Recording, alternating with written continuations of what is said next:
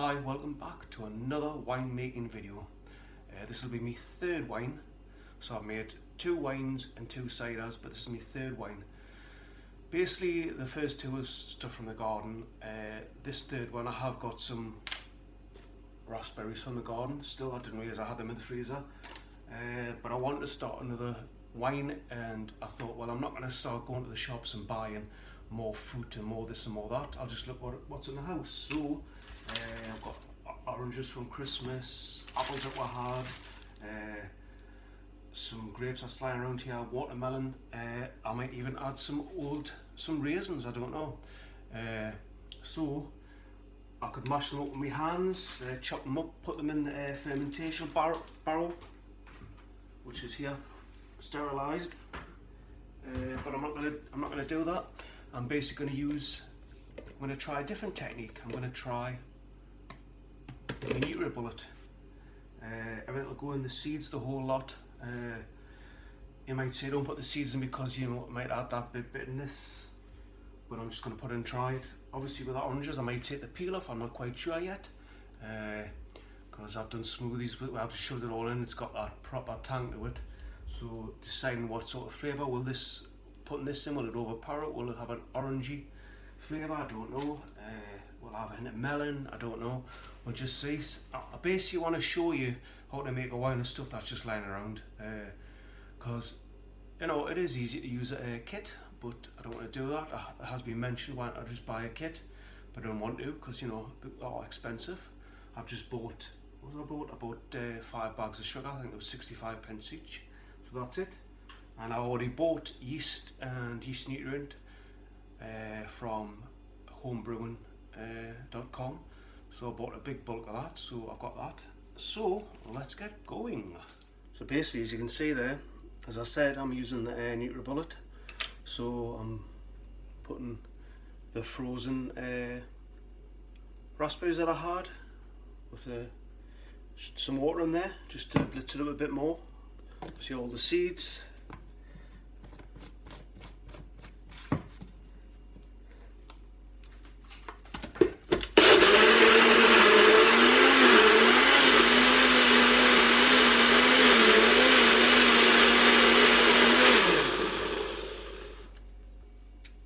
Bit like a slushy in a way, you could say, but I'll soon ferment. As you can see, it is obviously, if you've got fresh ones, don't freeze them. That's what it's going to be like when it's frozen, which will obviously go in the bucket here, and we'll see that in a minute once I've done the watermelon and the oranges. I've already done the apples and I can't remember the other thing that I had. Apples and grapes, that's right, yeah. So we'll have a look in a minute. So basically it's all been done, it's all been whizzed up in the NutriBullet. This is the last one, that's a watermelon. So let's get it poured in.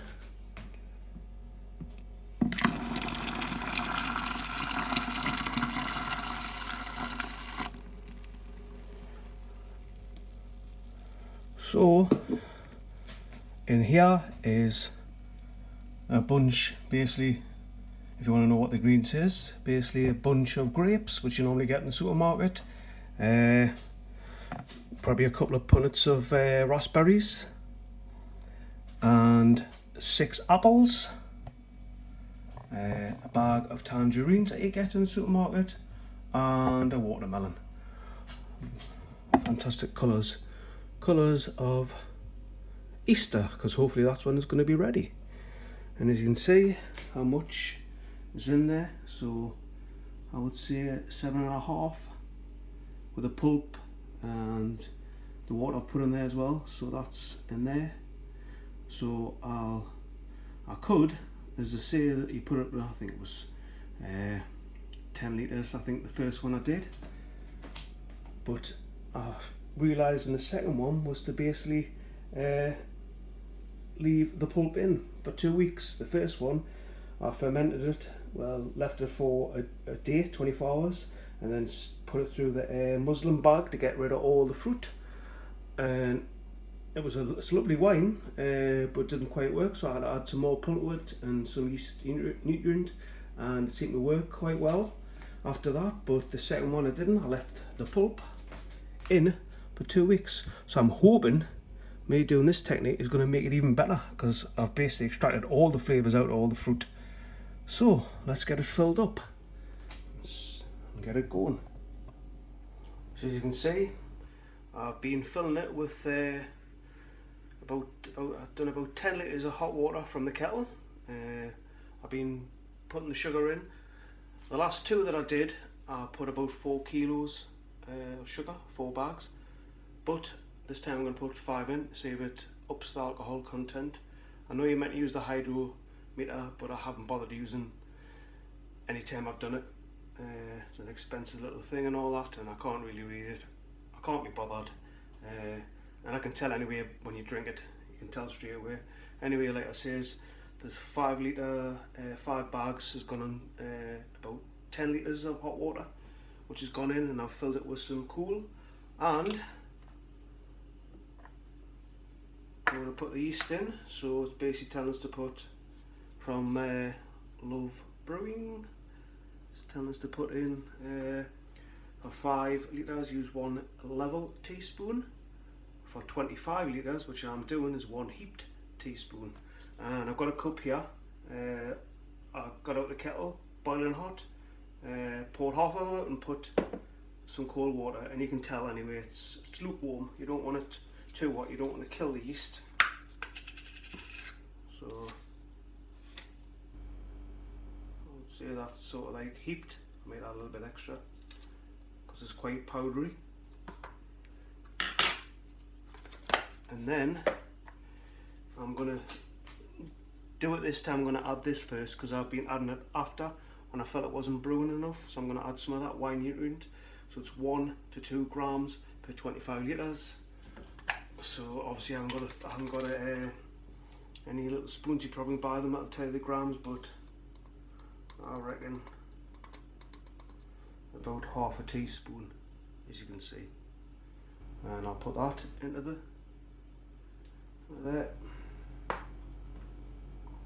And PECTOLASE.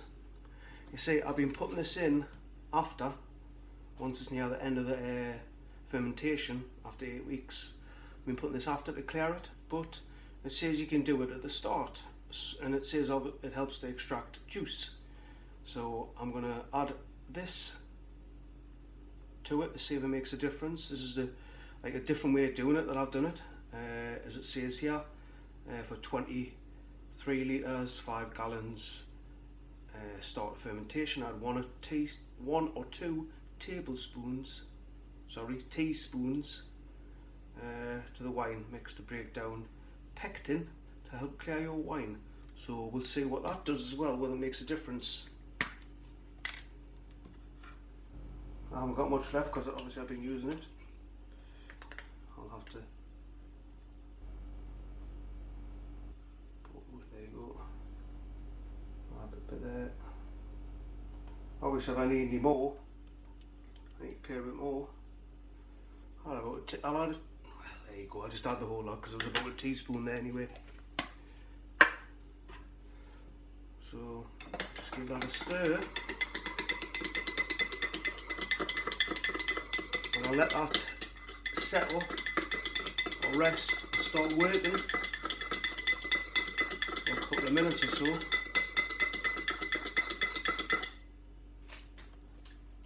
And then what we'll do, we'll pour this into the fermentation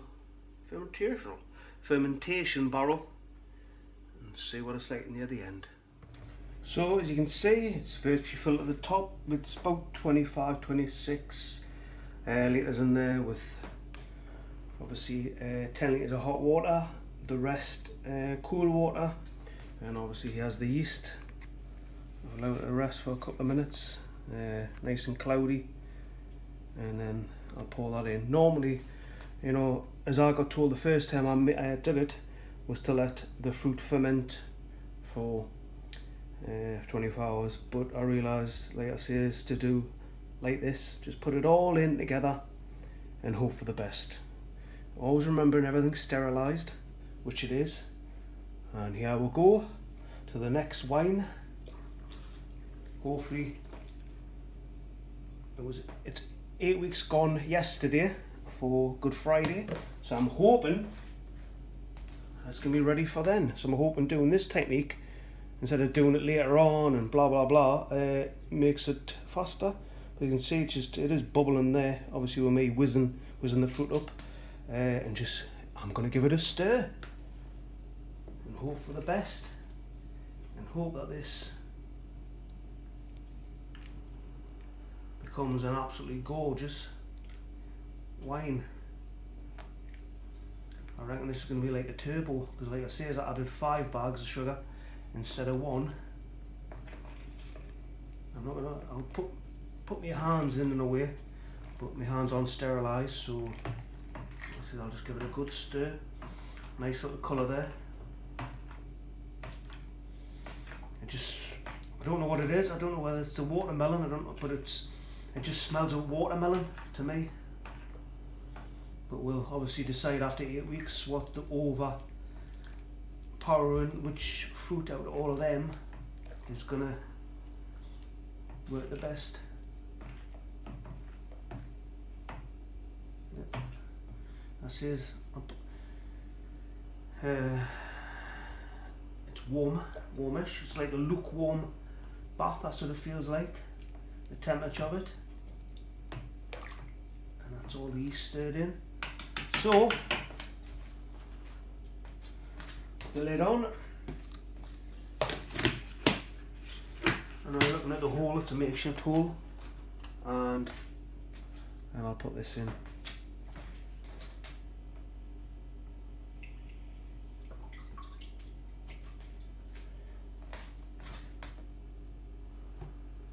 And there you go, done and dusted, ready to see what it's like in 2 weeks. Thanks for watching. Look for the updates. Bye from me.